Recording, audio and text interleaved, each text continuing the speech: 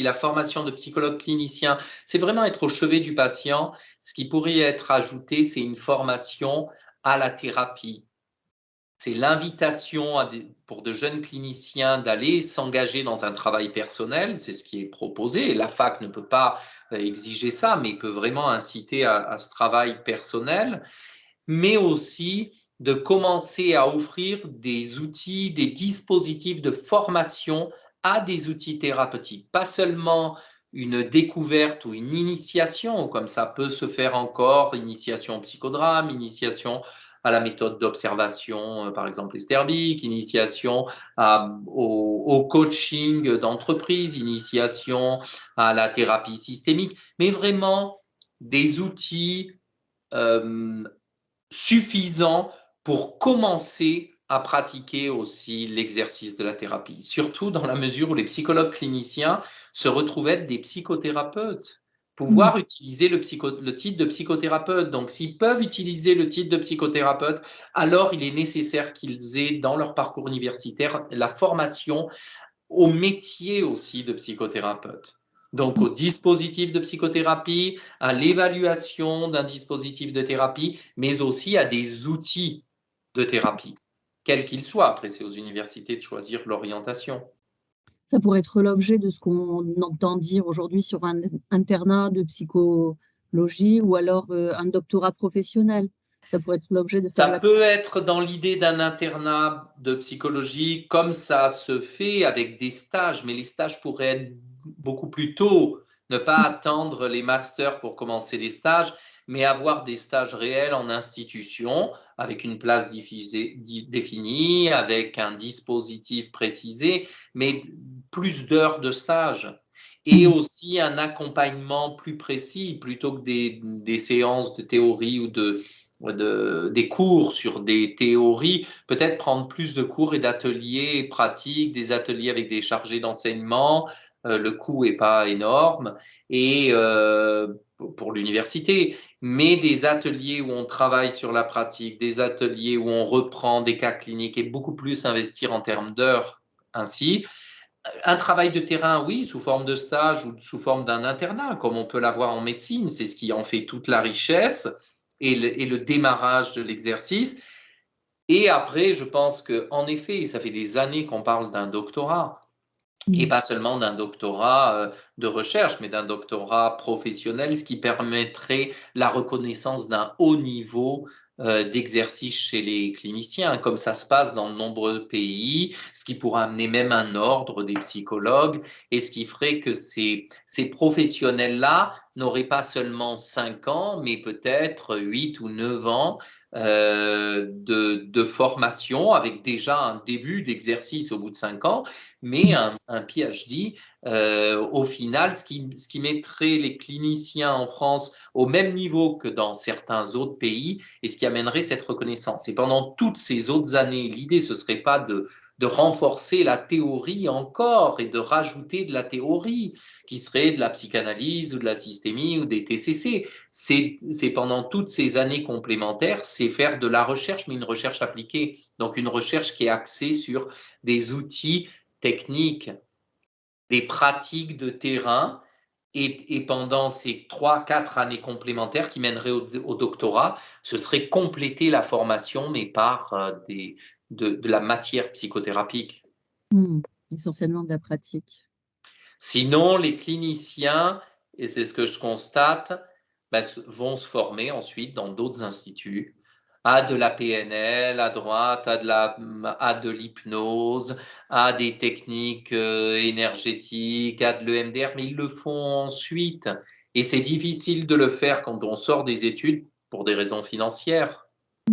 Alors que si ça se faisait déjà au niveau universitaire, il y aurait déjà tout un bagage et tout un haut niveau de reconnaissance de ce métier-là qui doit garder ses lettres de noblesse, mais en même temps, ça donnerait la possibilité, après cette formation initiale qui serait et théorique et vraiment fondamentalement pratique et technique, ensuite d'ouvrir sur des formations complémentaires, mais ultérieurement, c'est-à-dire peut-être au bout de 3 ans, au bout de 4 ans, peut-être investir après la sortie universitaire, plutôt dans de la supervision que de la formation. Et aujourd'hui, ben, les cliniciens vont chercher à se former parce il y a ce manque de ce côté-là. Et puis, ils vont faire quelques supervisions parce que c'est leur point central. Mais il manque les outils. Et je crois qu'il faut que ça s'accompagne aussi de meilleurs salaires, de meilleures responsabilités, de meilleure reconnaissance dans le système. C'est-à-dire que ça peut pas, à ce moment-là, les psychologues doivent être reconnus davantage ils ont toujours été à part dans la hiérarchie, dans les institutions, hein. On n'est pas censé être hiérarchiquement en dessous des médecins, etc. Mais en pratique, on sait très bien que les psychologues ne sont pas regardés de la même manière parce que pas un doctorat et puis qu'il n'y a pas le même prestige dans la société. Ce qui peut être vrai aussi un petit peu aux États-Unis quand même. Malgré tout, on a tendance à appeler les docteurs les médecins, mais moins quand même. En tout cas, au niveau entre professionnels, les psychologues, c'est ce que j'en comprends à travers ce que me disent mes collègues, ce que j'ai pu observer. Les psychologues qui ont un doctorat sont quand même respectés beaucoup plus que les psychologues en France. Et je pense que ça tient en partie au fait qu'il y ait doctorat, mais aussi cette formation professionnelle poussée, l'internat.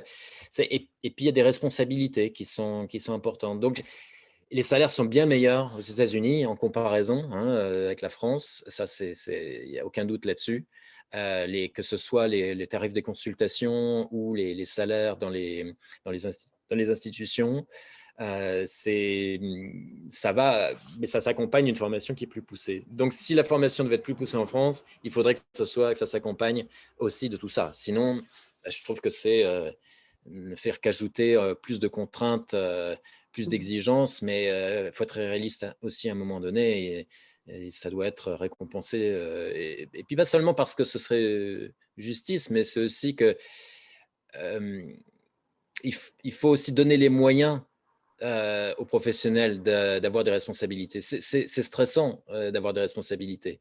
Et si en plus on n'est pas respecté si on a des responsabilités éthiques mais que finalement on n'est pas écouté, ça servira à rien. Ou s'il faut faire énormément de formation mais que on n'a pas le temps de vivre bien sa vie aussi, avec les moyens, on n'y arrivera pas non plus. Donc il faut être réaliste par rapport à ça. C'est un métier magnifique qui doit garder sa place, qui doit garder sa différenciation avec de nombreux autres métiers, qui a vraiment de l'avenir parce que la souffrance est là, parce que le monde change, mais les cliniciens doivent aussi et les universités doivent aussi tenir compte de ce changement au niveau des mentalités, au niveau des conceptions sur les notions de soins, d'accompagnement, d'humanité. C'est ce qui amène des gens comme Antoine Bioy, à ouvrir, par exemple, des DU où on introduit le chamanisme, à ouvrir, il y a de nombreuses personnes qui introduisent sur les états modifiés de conscience. Guy Jiménez avait amené l'hypnose, c'est-à-dire à ouvrir à tous ces champs qui sont déjà là présents pour les thérapeutes non psy, pour d'autres professionnels de l'accompagnement, les champs sont déjà là. Et nous, les cliniciens, on a à s'ouvrir à ces champs, les universités ont à proposer ça, parce qu'il y a vraiment une réelle singularité de discours chez les cliniciens.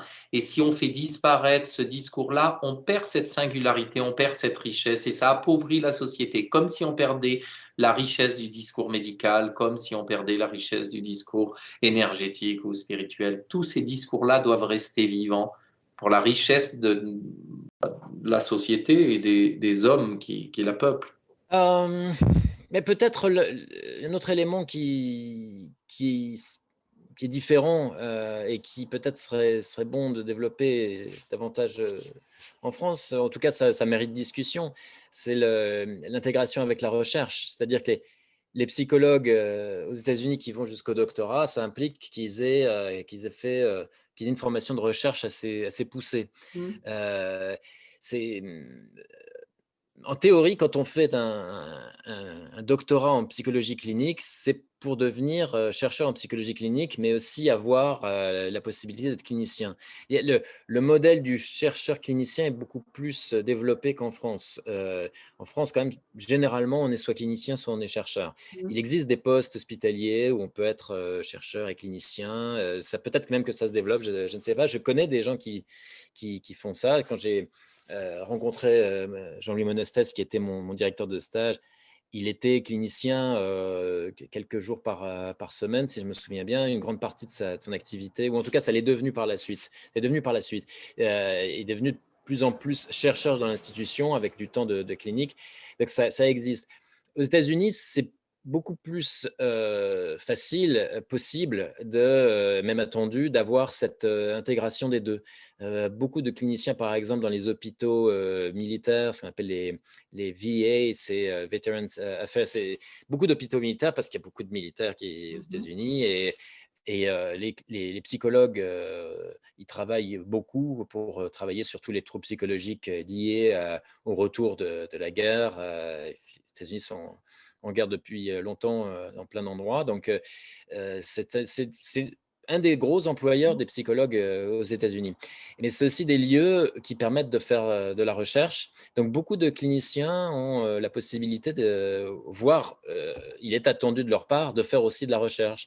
Et ça peut être de manière différente. Ça, je pense que ce serait bien, peut-être, si les psychologues en France avaient davantage cette possibilité-là, à différents degrés. Pas forcément pour que ça devienne l'activité principale, mais et je sais que ça existe, hein, des psychologues qui peuvent faire partie d'une équipe de recherche et participer en récoltant des données, par exemple, en présentant des recherches. Je pense que ça pourrait être utile si ça se développait davantage pour peut-être rendre la recherche plus pragmatique, puisqu'elle serait plus connectée à la pratique, et puis pour rendre peut-être la pratique plus ou encore plus connectée à la recherche. De ce point de vue-là, c'est vrai que les États-Unis, ils sont très forts pour être toujours dans cette logique d'innovation, cette logique d'être toujours au fait de l'actualité scientifique, présentée dans des congrès. Bon, c'est leur force depuis longtemps, hein, d'être très, très dynamique, très productif sur la scène scientifique, on le sait bien.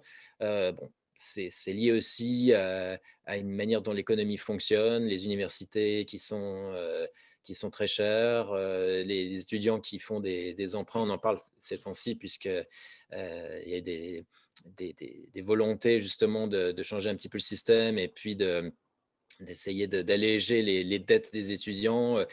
Il ne faut pas regarder les États-Unis comme le modèle à suivre nécessairement, parce que c'est un modèle qui, même ici de l'intérieur, est de plus en plus critiqué, et on prédit son écroulement aussi. Donc, je pense que c'est intéressant de réfléchir, de regarder ce qui se fait, mais je ne dirais pas que la France doit imiter les États-Unis.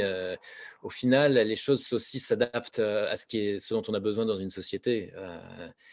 On pourrait aussi se demander si la santé mentale des Français, comment elle va en général en comparaison des États-Unis, où il y a autant d'inégalités. Quand on perd son travail, on perd tout. Beaucoup de gens travaillent, font 2 ou 3 métiers pour arriver à joindre les deux bouts, n'ont pas de vacances, etc. Donc, c'est aussi des choses à considérer.